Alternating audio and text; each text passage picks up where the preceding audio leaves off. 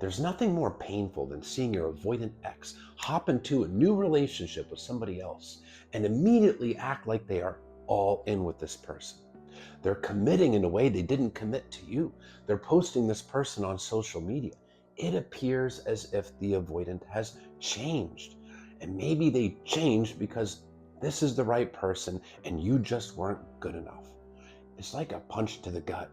They seemed to be all into you. They told you things like nobody ever made them feel the way that you do, but they wouldn't commit to you. They wouldn't post you on social media. They hesitated to have you meet their family and friends. And it feels like maybe you just weren't good enough. But that is not reality. Actually, reality is opposite of how it seems. To understand, let's go back to this person's childhood. The avoidant is a person that received consistent childhood emotional neglect. They were not given the love and nurturing in the way that they needed as children. Growing up in households where you don't talk about feelings, where parents don't say, I love you, where there's no emotional support, they had to figure out how to deal with emotions on their own. What they learned to do is avoid it, stuff it, put on a happy face.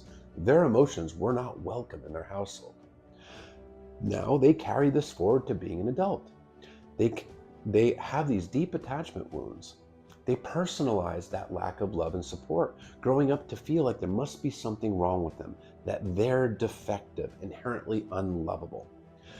Because of this, they put up these walls and they keep their partner on the other side of the wall. So when they have a loving, special partner, someone they truly view as great, like you, they make sure to keep you on the other side of the wall, and they do behaviors to keep that distance because their fear is, if I let my wall down, this really special person is going to figure out that I'm defective, that I'm not lovable, and I'm going to get rejected and abandoned. So when they have a partner that they feel is too good for them, too special for them, they push this person away because this person, the good partner, triggers all of their fears. The fears of abandonment, rejection, not being good enough, being defective, etc. But what about this new person? The new person is somebody that doesn't trigger their fears. Somebody who is not special to them. Somebody who's likely emotionally unavailable. Somebody who also has walls up. It's a superficial, surface level relationship. There's no threat of emotional intimacy. So it feels safe to the avoidant. Their fears of being exposed as not good enough are not there with this person, because this person is not a person that the avoidant has up on that pedestal. It feels safe to them.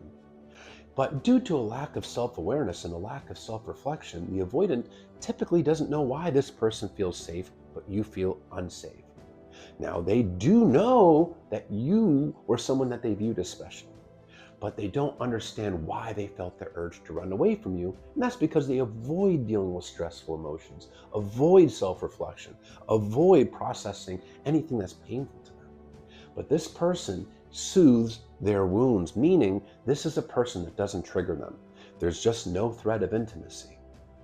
So no, they didn't magically change for this person. Yes, avoidant attachment, even severe avoidant attachment, can be healed.